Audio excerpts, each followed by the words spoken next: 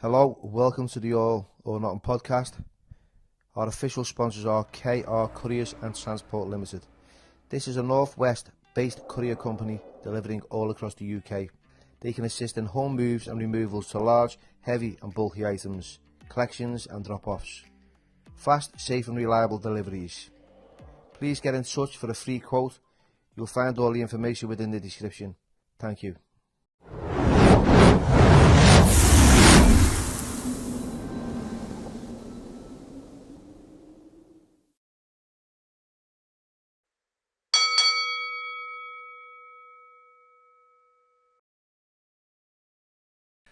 Hello everybody and welcome to the All or Nothing podcast with yourself, Billy Moore, and today's special guest is Dave Smith. Now Dave, welcome.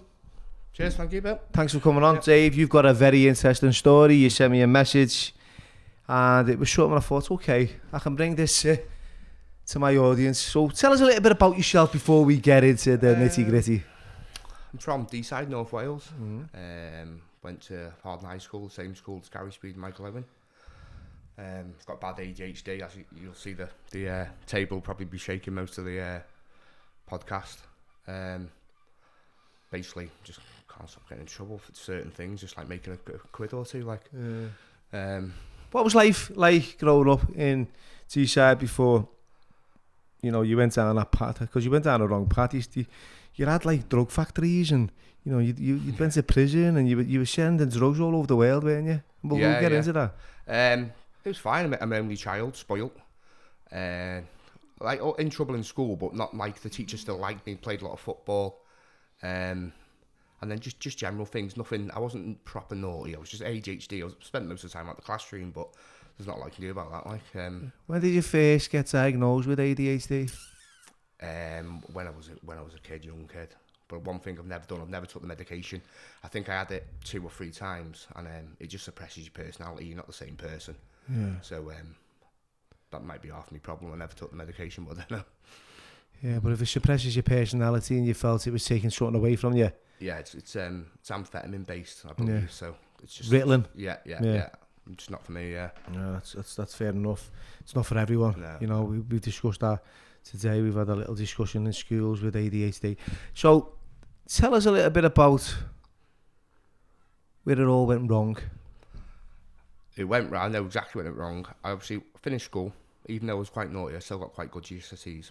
Went to college, excelled in college, distinction, motor vehicle. Got the first apprenticeship. Because I'm like one of the oldest in my year, I had a car before other people as well.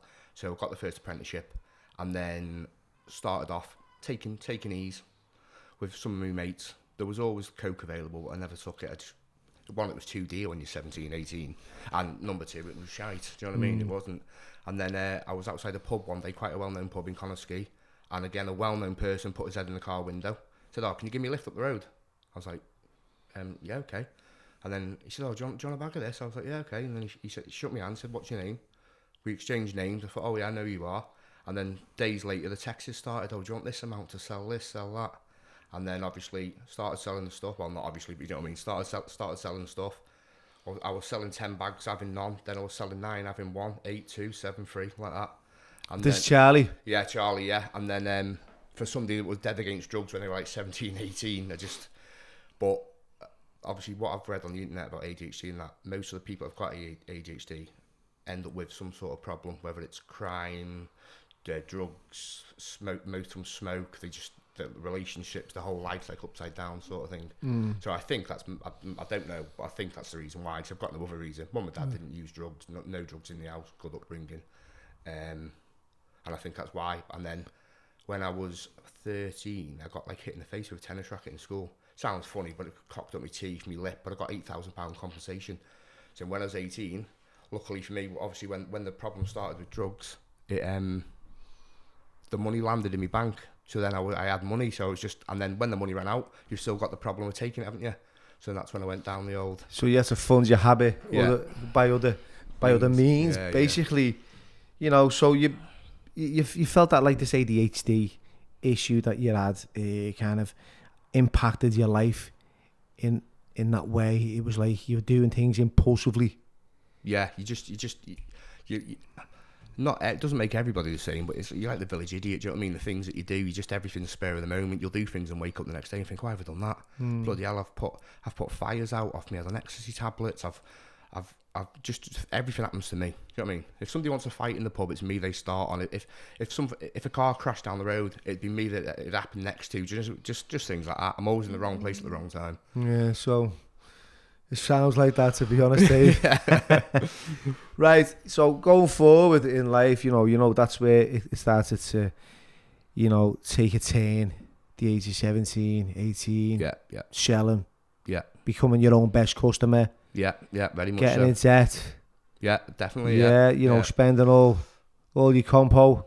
Yeah, that went about a week. It went in. Yeah. Within a week. That's fucking. And you waited all those years for it. Yeah, lived like a king for a week. What I should have done was we just went to. Well, back then you didn't really go to Turkey, but when you know that's what the money was for. But I went to Deeside, didn't I? Spent about $3,000 on that, and then the rest. Yeah. What was you gonna go and do in Turkey? Well, the money was for go and have your teeth done, so that was why I got paid out. But obviously, I spent it in a week. So where was the plans there? About a week it lasted. Yeah. Fucking hell, lad. And it's just gone.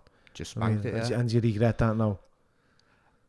But looking back now, it's a deposit for the house, isn't it? Yeah. But at the age of 18, because I had a decent job, like mechanic, and that's one thing I've never struggled with. I've always had a decent job. Yeah. But then with the obviously taking coke, you don't turn up for work. Do you? You go to work, you're falling asleep.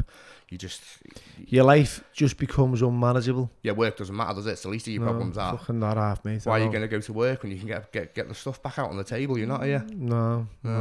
The only thing you want from work is the paycheck at the end of the month, isn't it, to carry on? Exactly. So, you know, tell us a little bit about what happened after that. Basically so then just, my mum moved away to Blackpool.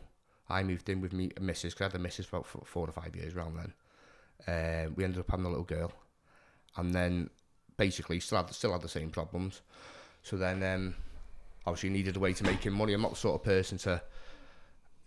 Not that I've got morals, I don't mean. I mean, there's certain things I wouldn't do. Do you know, like I would never burgle. Never see people robbing off old ladies, things like that. That's not me. I wanted to do something that I thought, no crimes victimless, but so I thought, I know what I'll do. I already had a shop on eBay, really trusted. Didn't have to wait for the money to be like withdrawn, PayPal. So I just put a load of iPhones on there that I didn't have. Next thing, it's just ting, 600, 700, 800, 900 £. How many iPhones did you put on? 32,000 quid's worth. Fucking hell. So you had £32,000 worth of iPhones that you never had? No, and then they all sold. eBay sort of just like sent me the bill. I had to write an apology to one Polish fella, send him the money back and write an apology that I was sorry, and then nothing else happened. Did eBay cover the rest of the bill? Well, yeah, PayPal sends you the bill. So in my eyes, I thought all these people have had their money back. So I thought, well, that's what I was going to do. I wasn't going to run the bookies with a sawn-off shotgun. I was just going to thought, I'll just do that. So it was easier to sit behind the screen and just like scam. Yeah, took the shit out. Yeah, just scam everyone. Yeah, and then got down to about £600 left in PayPal, and then a lad that I knew from college used to give him bits of coke, bits of pills, whatever I was doing.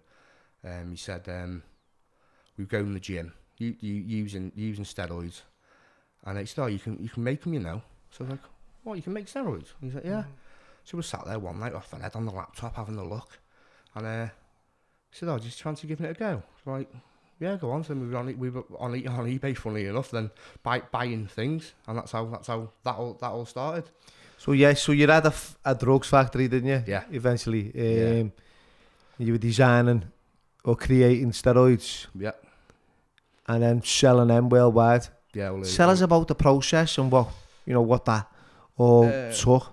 So basically, obviously, I know people think like you're some sort of like pharmacy, a chemist, you've got a degree in science, whatever the case may be, and that's just not the case. Like so I could teach you in 5 minutes now. The hardest part of the whole process is actually getting the powder from China. Yeah. Because you know what it's like. As soon as you send money to someone on the internet, just like the iPhones, it doesn't mean you're going to get what you've bought, does it? No. So we met this lad in Plymouth on the internet. There's a website, UK Muscle. It's quite a big website. Like, people talk on there about steroids they've used, the gains, the what they're eating, all that sort of stuff. So we went on there. We found this lad in Plymouth, and he said, he knew somebody from China. So with the £600, we bought basic things like a glass beaker, a metal spatula, scales, the same sort of scales that you'd weigh Coke out with, that sort of thing. Yeah. Just little instruments. And then, so we email this man from China called George. Obviously, he's not called George, but you know what they're like, all them. Chinese George. Yeah, Chinese George, yeah. So he sent some powder over, which we got, no problem, customs. Comes, you get it obviously in an envelope, and then you get like a foil packet. And if you look at the customs declaration, it says methyl cellulose is a white powder to do with, I think it's to do with food. Yeah. So they don't even look. If they test it, it's not going to come back anything that they test for now. Yeah. So you get that, and then I was like, right, so how are we doing this now? We haven't got a clue what we're doing now. So you got this methyl what? Methyl cellulose. It's called methyl cellulose, but that's just a lie on the packaging. Yeah. So we've ordered, because everything, all the steroids come in powder form. All like your testephenate, cyprinate, all them are all white. Trembolone, which is quite a well-known steroid, is yellow. And then you've got Oganabol, which comes as liquid, like in a sealed packet. But so it gets through. Well, I've had problems with the yellow one before because they've taken it out because they don't know what it is. But it gets through straight away, no problems. So now we've got all the chemicals you can get from the UK just on eBay, no problem. Benzylbenzonate, alcohol. So it's the benzylbenzonate stops it crystallizing when you inject it. The alcohol sterilizes it. And then obviously you need a label. So there was like some big knockoff place in Greyhound Park open, cheap electricals. We got an industrial printer from there. Just my mate was quite good on a computer, made the labels on like Microsoft Word. I thought, we had a look at other labels, like see what the best route was. Printed them out, dead professional, thought sound. We got some holograms made from America on eBay, sent over. And then you need obviously the bottle, the rubber bit the needle goes through, the stopper, the lid. Got all that from Canada, imported, no problems whatsoever. You just pay tax when it gets here, because it's like medical supplies, aren't they? Yeah. So then I was like to me, well, how are we doing it? And this is like the clever part is, well, it's not that clever. There's a website, a calculator, Base Killer Online, it's called. You go on there, you just put in what you want to make. So I want to make 10 bottles. So 10 tens is 100 mil, and it tells you what to put in. So when people think, "How do you know what you're doing?" That's it. It's a website, simple as that. Yeah. Make sure everything's sterile. Add the liquid. Basically, you've got it on a stove, a pan, on your hob, kitchen, wherever you want. Yeah. Put the beaker in the pan. The oil you use is actually, well, you can use a lot of oil, different ones, but it's actually cooking oil from Asda grapeseed oil, down the cooking oil aisle, top shelf. Put that in your beaker, weigh out whatever, have a look on your calculator with your little weigh out what it says, put it in, it all melts, filter it into a bottle, and there's one product ready to go. So what was the product that you first made? The first one I made was testephenate or cyprinate, because they were the cheapest powder to buy. And like I said, I only had £600 to start with. My mate had £600. Is that what you started this business off with, £600? £600 each, yeah. And then at this stage, we didn't even know who to sell it to. I just thought, we'll be able to sell it, won't we? It's cheap. I think it cost, like a bottle of test cyprinate was costing 97p to produce. Really? The trend was like £3. But the first batch we made, I had one lad that I knew that we could. Well, I didn't get on with him, so I said to my mate, "Listen, message this lad on Facebook here, and test it, and say you've got stuff, yeah." And but the first lot, the alcohol, not the alcohol you actually put in the bottles, the alcohol we were washing them with was 78% pure, because we didn't know what we were doing, did we? And it turns out it left like water in the bottle, so when you put the oil in, it was all floating around. We proper fucked it up, like. Yeah. And then so we had to throw that away. And then we had still a bit of powder left, so we sold it, got our money back, and then we bought like we had to do tablets as well. So if you get a pill press, the police are just all over you, because they know what you're doing with it, aren't you? You're making E's, aren't you? So you got like a capsule machine from China. You buy the capsules on eBay, separated, half blue, half white. Tip them on this thing, shake it, and they all find the hole. Fill it with the powder, then you turn it over, tip like the blue side on, the opposite to what colour you've just done. Do that, press it together, and the tablets age pop them out, hundreds, thousands, whatever you want to make. Yeah.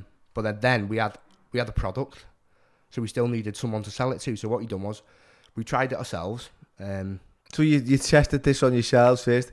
Yeah, test it on ourselves. The old guinea pig. Test it on ourselves. You must have had to have gone to the gym first. Oh, we were going to the gym back then. We were big, Yeah. like, obviously not now. The only gyms I go to now is the gym supper bar, the chippy round. I was like, but we tested ourselves going to the gym. We're going big. Give some to the lad from Plymouth who got us onto the powder man, and he said, "Yeah, it's good. That. My dad will have some of that in Germany." So we sent some over there. We'll get to that in a minute. And then it was working, and then we put it online, UK Muscle. So my mate had gone there with his name, write it on, and then next thing we had like opened an email address. We got some lad, he was a scouser actually. He opened a website for us, but it looked like not a .co.uk, it was .mex, like it was in Mexico. And then just emails, people saying, "Oh yeah, I've had that. It's good."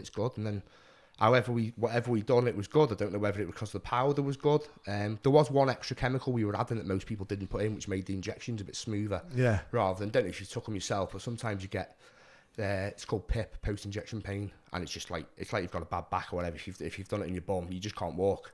So the injections were smooth, they were working. And then that's how it all just snowballed from there. Email address had gone there every day, and it was just orders. Just orders, like there's no about it. Yeah, to be fair, like I only sold it to 2 people that I actually. There was a big lad around ours who would have never, like quite a well-known lad. He would have never have had it if he knew I was making it. So his brother got it off me and gave it to him, and he said, "Oh, it's the best I've ever had." And as soon as he said that around me, mate, I was like, "Mate, I don't know what we've done here, but we're killing this with this recipe, like." Yeah. And then the emails were you just couldn't keep up. It was like you had to get up in the morning. You were doing it all day. Yeah. And then I'd go down the post office. Like my local post office, she's ran by a woman who's known me since I was a kid. Yeah. And she's the local juror at the local Courts. court. Yeah. Yeah. So after I'd been to jail and all that, and going in there, she's like, "You were posting them in here, weren't you?" And I was like, "Yeah, sorry. I do apologise." So what was you doing? You were going to the Poey and sending them off? Yeah, and then back to I use eBay quite a lot. She's like, "What are you doing? Well, aren't you?" She said, "Yeah, I've got an eBay shop." And then we were just posting them, sent them to Germany, Cyprus. Not a lot of people in Norway were on them. That's with no issues whatsoever. And then I had people in Australia and America, and I thought in America it's quite big now. There's a lot more people doing it now because this was like 8 years ago maybe. There's a lot more people doing it than there was when I was doing it. And the price has come right down. People are selling it for £2 a bottle when I was selling it for 40. The only problem, I thought, in America you get in big jail for it, like 15, 20 years for making steroids. So I thought, they're not just going to let me post it to America, are they? So from what I know, paper doesn't get opened. So I'd send over your labels, like still stuck to the paper, one day. And then the next day I'd send you like your bottles. And I'd put... This lad always used to have the classic Sus and Decker, so I'd put, like, Decker was A, Sus was B, and I'd email him and say, your A's this, your B's that. And then on the customs declaration, I'd put their perfume samples. Yeah. I never had a problem, got straight through every time. Yeah. I didn't have... The only time I ever had a problem was where we were getting it delivered. It's an industrial site in Buckley, but there's one in Rill, which I didn't know about this. So the day, obviously, because you can check your tracking, so can the Chinaman. And it comes from wherever in China. They've all got mad provinces, haven't they? Yeah. Get delivered to the Parcel Force hub in Coventry. And then it'd either be in customs or released. So we were waiting this day, waiting. And then it said, you got to know the stages when it was in the van or whatever. And it's like, "Oh, been delivered." I rang me, mate. I was like, "You got that stuff?" He's like, "No." I was like, "What do you mean, no?"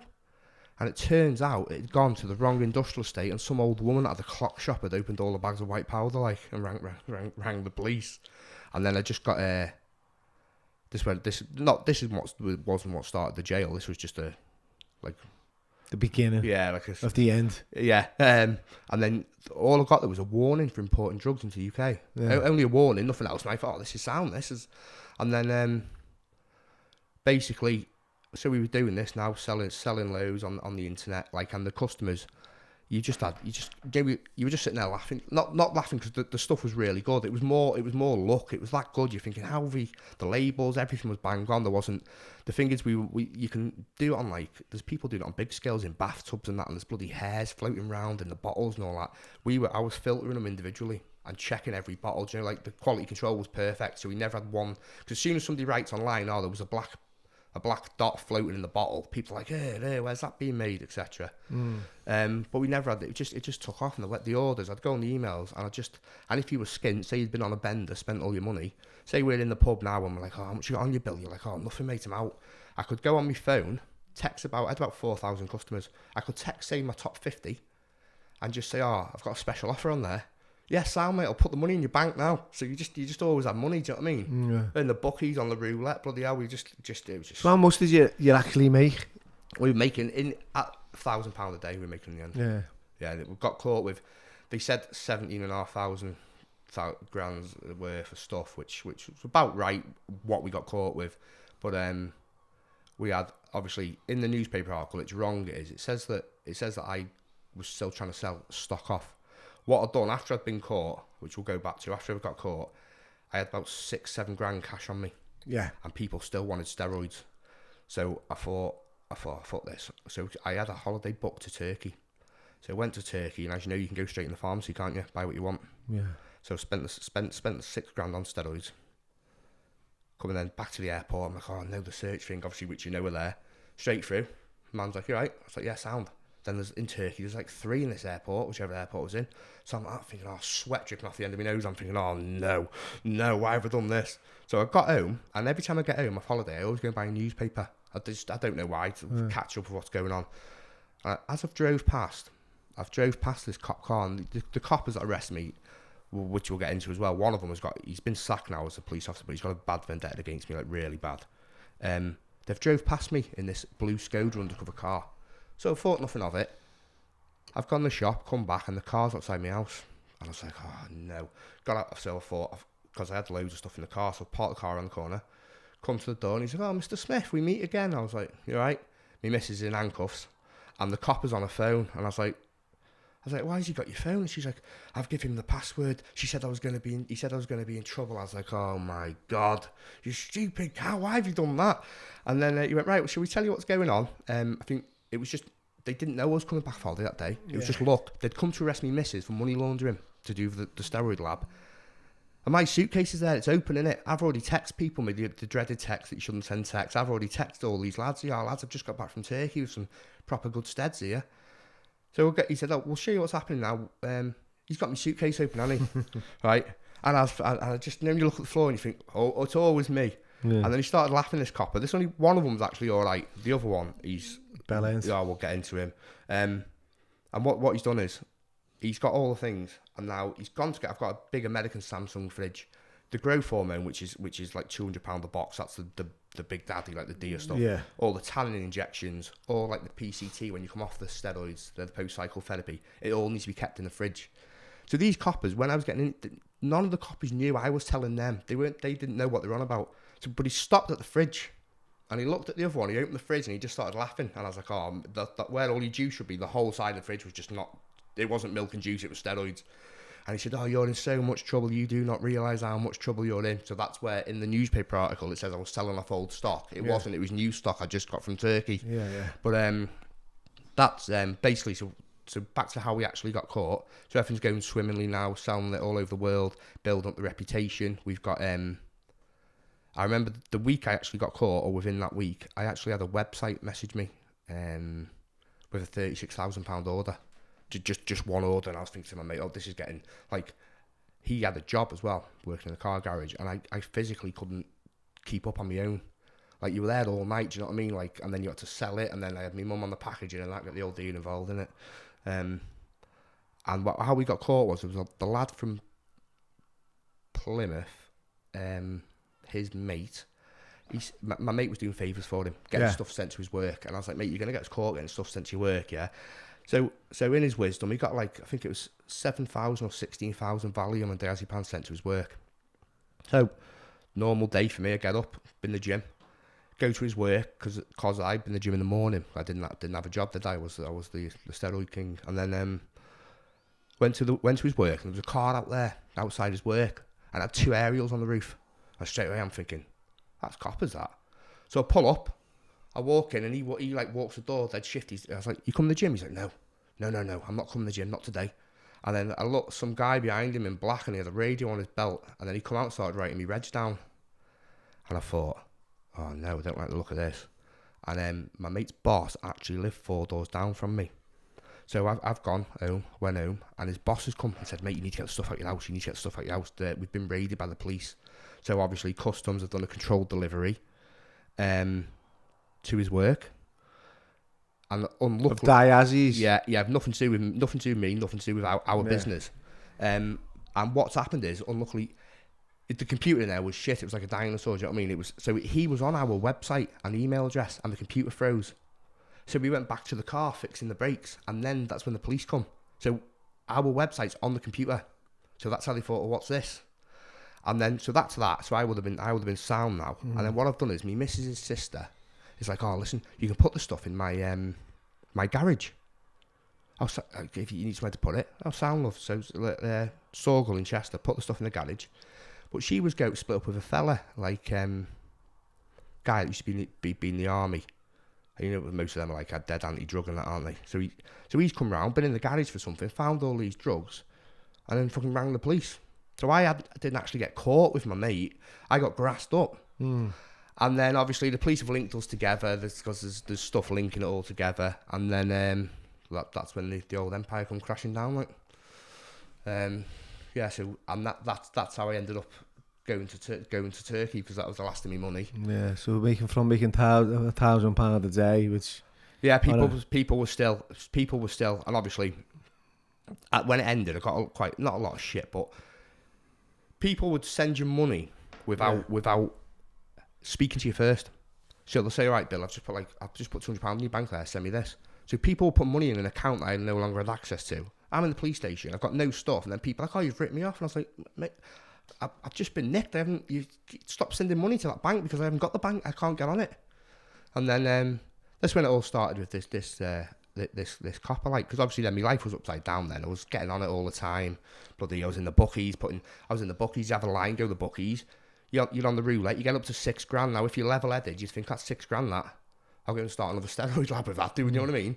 I'd get down to nothing.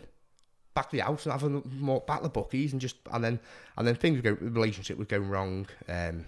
Obviously, as soon as the money dried up, that it was for hooray, hurrah, do you know what I mean? I had the holiday to Turkey, and that was it. And then this cop, he'd come round the house, but I was being a knob to him, but he was just a knob. He'd come round the house and he'd say to me, missus, good looking girl, he'd say, what are you doing with him? What are you doing with him? And then when we split up with her, got with another bird, he'd go round the house off duty and that, knocking on doors, saying that you don't want your daughter near him, you know. You don't want your daughter near him. And I was thinking, what is his problem with me? And then my mum's like, well, it's maybe because you blow him kisses when you see him. And then I had a row with his missus on Facebook one night.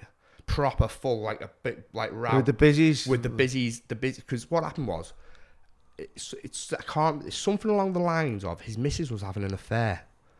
But she'd done something with my Cody's dad. So the lad who worked in the garage who was making the steroids with, his dad was a pest controller or something. She'd been around the house or something like that. So this cop is now in the interview, he's laughing, isn't he? Because he's thinking, oh, he's got me.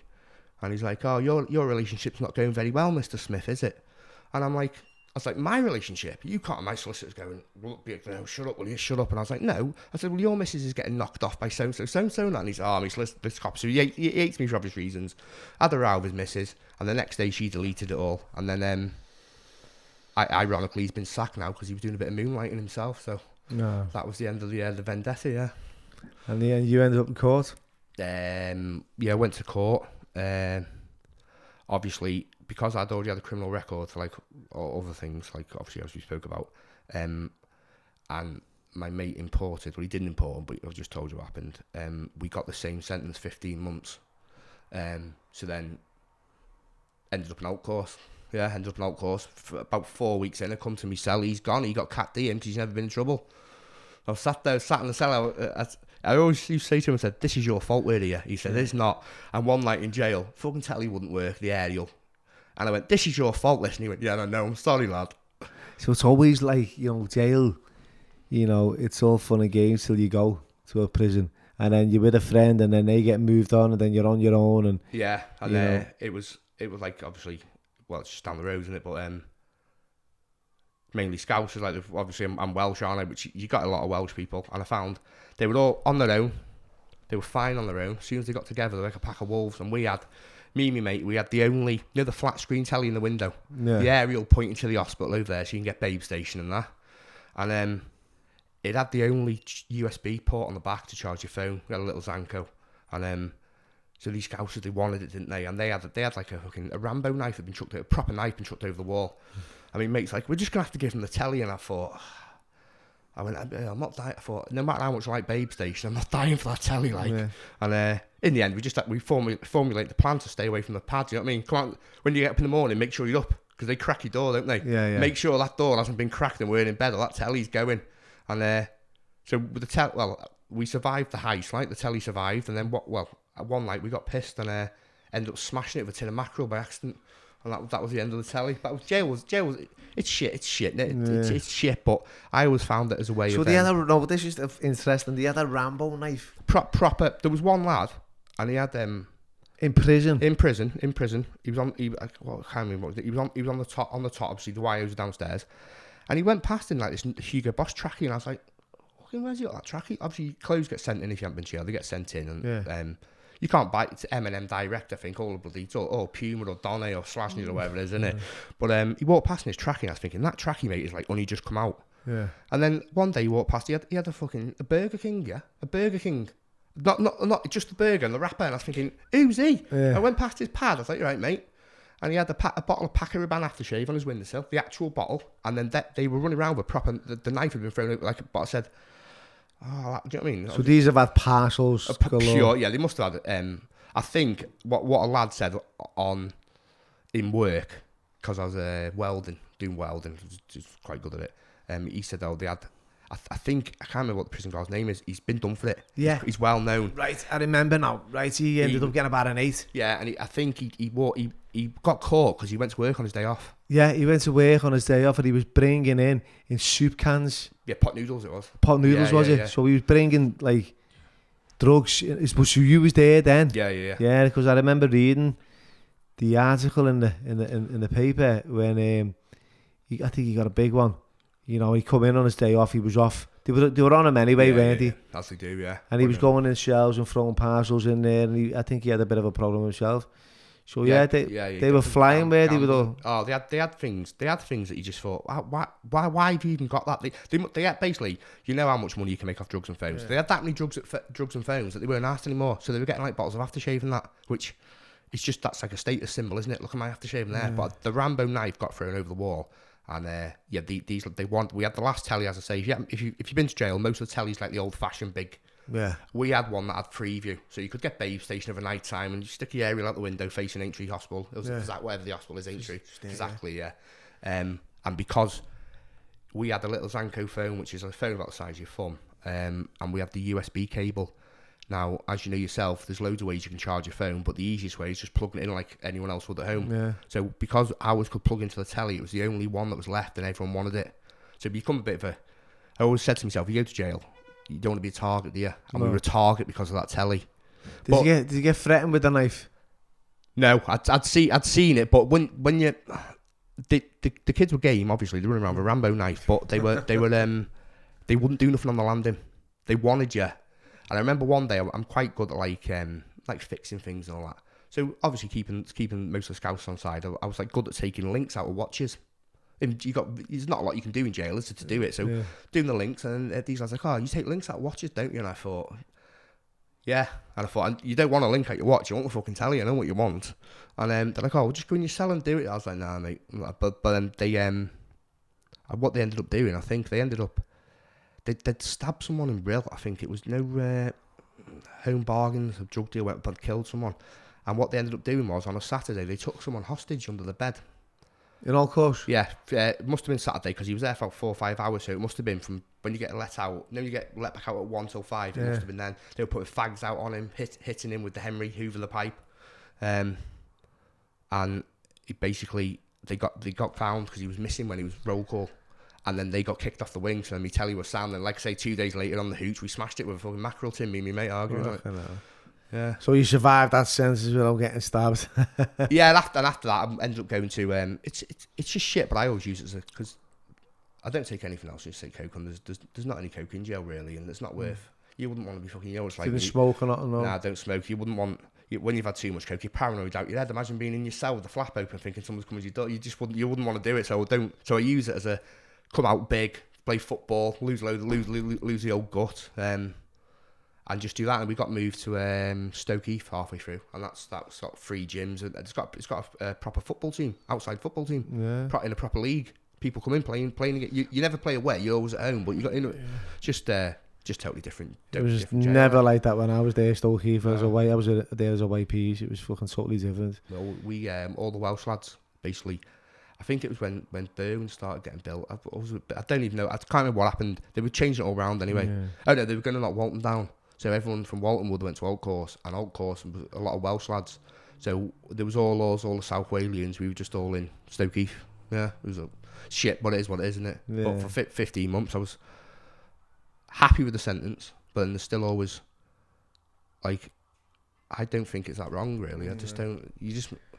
It's not like you're running around selling the heroin or nothing. It's just getting people big, tanned, and then obviously, like as everyone knows, if you're a nonce, you go home, don't you? Yeah. So that's the only grievance I've got. Is like on the scale of things.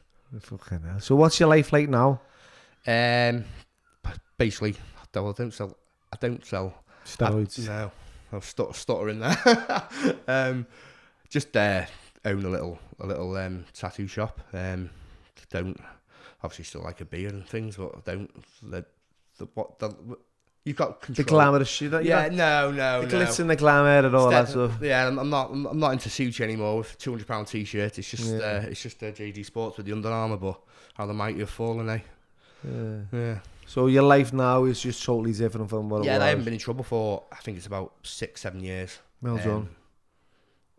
Obviously, like I say, still drink. I've had another when I got out of jail last time. I've got a little lad now as well. How old's he? He's 4. So I've got a daughter that's 12, a little lad that's 4. Obviously not with any of the mums, but you can't. Sometimes it doesn't work with the mums. Oh no, it doesn't work. Not if you go in AWOL all the time, does it?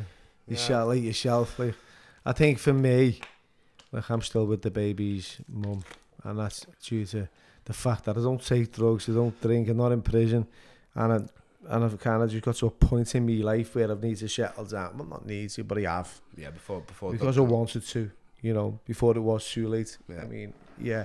So, do you see your little boy much? Yeah, he comes. He comes every other weekend. Like, not as much as I want to have him, but just. What's he call him? Luca. He's called Luca. He is. Yeah. Got a mate. He's got a kid called Luca. Yeah. He's got a little shop in Liverpool called Little Luca. Yeah. And Luca, Big Luca. Yeah. Designers. So you won't be going down there spending your dollars 7 on years that. too late, Bill. But yeah, I see him. I say I've got a tattoo shop. I don't work. What's your tattoo shop called? Station 22. Station 22. Yeah. So if you're ever in, where is it? Deeside. So if it's in Deeside, if you're ever in Deeside, go and see Dave. Yeah. Station 22. Just for tattoos, not steroids. Not for steroids. Oh, there is a sunbed there as well. Is there? Yeah. Fucking hell, you're flying. So you're not doing too bad, are you? No, not considering what I could have been. Like I said, I just blew all the money now. I just wasted it all. All I've got, clothes don't last forever, do they? No. All I've got is stamps in my passport showing where I've been, and that's going to expire. Memories. Memories, which obviously. But thanks, though, Dave, because you've got an interesting story, and I enjoyed listening to it. It was quite nice. Well, I mean, it was quite interesting today, like how. You the process of making steroids. People think you're a genius. It's like fucking hell, dude. It's very simple, and that's why what people need to. Everyone knows it's being made, but you need to realise who's making it. Do you know what I mean? Yeah. But anyway, so we at the end of the podcast, I always ask, I get me guest, for a pearl of wisdom, right? So if you met a young Dave Smith coming through the doors of life, what guidance, what would you? There's one phrase that I always use, and it's bang on. It's if you always do what you always did, you're always going to get what you always got. So if you carry on taking coke on the weekends and going out, then you're going to end up splitting with your missus, and you end up back in jail. So if you carry on what you're doing, you're always going to get the same results, aren't you? It's a song, that serendipity. Yeah. So, I didn't know that. Yeah, bit before my time, probably. I don't know. My mate, so if you always do what you're always going to do, you're always going to get what you're always going to get. Yeah. But And the one thing I would say is just don't say drugs. I appreciate that. You can't miss what you haven't had, can you? No. And with that, Dave, thanks. Yeah, thanks, Bill. Lovely. Sweaty hand there.